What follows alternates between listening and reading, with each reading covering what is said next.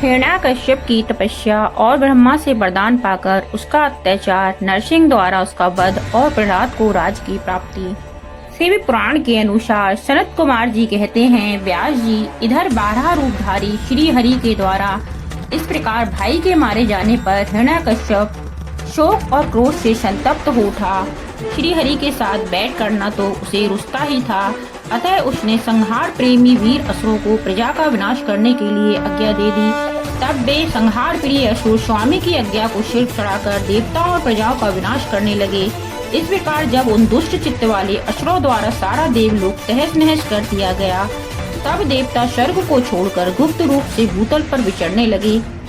उधर भाई की मृत्यु से दुखी हुए हिरण्याकश्यप ने भाई को जलांजलि देकर उसकी स्त्री आदि को ढाढ़स बंधाया। तत्पश्चात उस दैत्यराज ने अपने लिए विचार किया कि मैं अजय अजर और अमर हो जाऊं, मेरा ही एक छत्र साम्राज्य रहे और मेरा प्रतिद्वंदी कोई न रह जाए।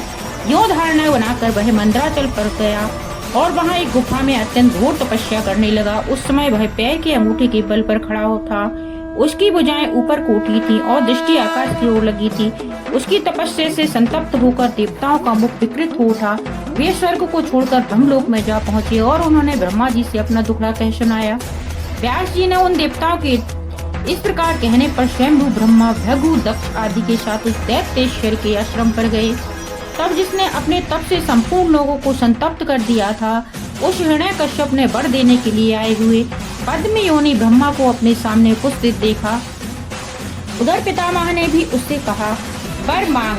तब जिसकी बुद्धि मोहित नहीं हुई थी, उस असुर ने विधाता की उस मधुर वाणी को सुनकर इस प्रकार कहा। हिरण्याकश्यप बोला, ऐश्वर्यशाली प्रजापति पितामह, मैं चाहता हूँ कि मैं स्वर्गलोक में, भूतल पर, दिन में, रात में और नीचे कहीं भी शस्त्र, अस्त्र, पात्र, वज्र, शुष्क वृक्ष, पर्वत, जल, अग्नि के रूप में शत्रु के प्रहार से देवता, दैत्य, मुनि, सिद्ध, किम बाहुना, अपु द्वारा रचे हुए जीवों के हाथों मुझे कभी भी मृत्यु का भय ना हो। शरद कुमार जी कहते हैं, मुनि हिरण्याकश्यप के ऐसे वचन सुनकर पद्म योनि ब्रह्मा के मन में दया का भाव जागृत हो उठा। उन्होंने मन ही मन विष्णु को प्रणाम करके उससे कहा, दैत्येश्वर, मैं तुम पर प्रसन्न हूँ, अतः तुम सारी वस्तुएं प्राप्त होंगी। तूने 96,000 वर्ष तक तप किया है, अब तेरी कामना पूर्ण हो चुकी है। अतः तप से व्रत को उठाकर दानवों के राज को भोग कर ब्रह्मा की वाणी सुनकर हिरण्याकश्यप का मुख प्रसन्नता से खिल उठा। इस प्रकार जब पितामह ने उसे दानव राज पर अभिषिक्त कर दिया, तब वह उन्मत्त हो उठा, त्रिलोकी को नष्ट करने का विचार करने लगा। फिर तो उसने संपूर्ण धर्मों का उच्छेदन करके संग्राम में समस्त देवताओं को जीत लिया। तब देवता भागकर विष्णु के पास पहुँचे। वहाँ श्री हरि ने देवताओं और मुनियों की दुख गाथा सुनकर उन्हें आश्वासन दिया और शीघ्र ही उस दैत्य के वध करने का वचन दिया।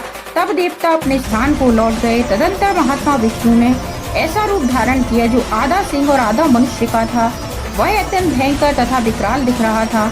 उसका मुख खूब फैला हुआ था, नासिका बड़ी सुंदर थी और नख तीखे थे, गर्दन पर जटाएं लहरा रही थी, दाढ़ें ही आयुध थे। उससे करोड़ों सूर्यों के समान प्रभा छटक रही थी और उसका प्रभाव प्रलयकालीन अग्नि के सदस्य था। अधिक कहाँ तक कहा जाए, वह रूप जगन्मय था। इसी रूप से वे भगवान भास्कर के अस्त्राचल की शरण लेने पर असुरों की नगरी में प्रवेश हुए। उन अतुल प्रभावशाली नरसिंह को देखकर सभी दैत्य एक साथ उन पर टूट पड़े। तब उन अद्भुत पराक्रमी नरसिंह ने महाबली दैत्यों के साथ युद्ध करके बहुतों को मार डाला और बहुतों को पकड़कर तोड़ मरोड़ दिया। फिर वे उस नगर में घूमने लगे। तब उन सर्वमय सिंह को देखकर दैत्यराज के पुत्र प्रहलाद ने राजा से कहा, यह मृगेंद्र जो जगमैन दिख रहा है, यह यहाँ किस लिए आया है?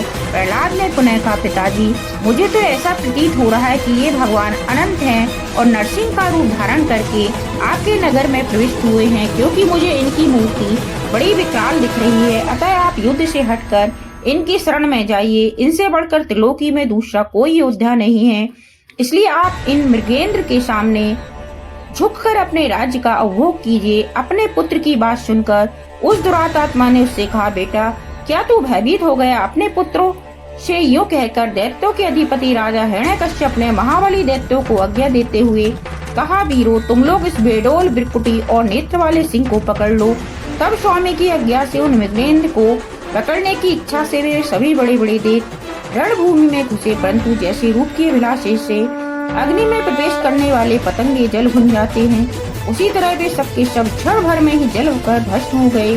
दैत्यों के दग्ध हो जाने पर वह दैत्यराज संपूर्ण शस्त्र शक्ति सृष्टि पाश अंकुश और पावक आदि से उन मृगेंद्र के साथ लोहा लेता ही रहा।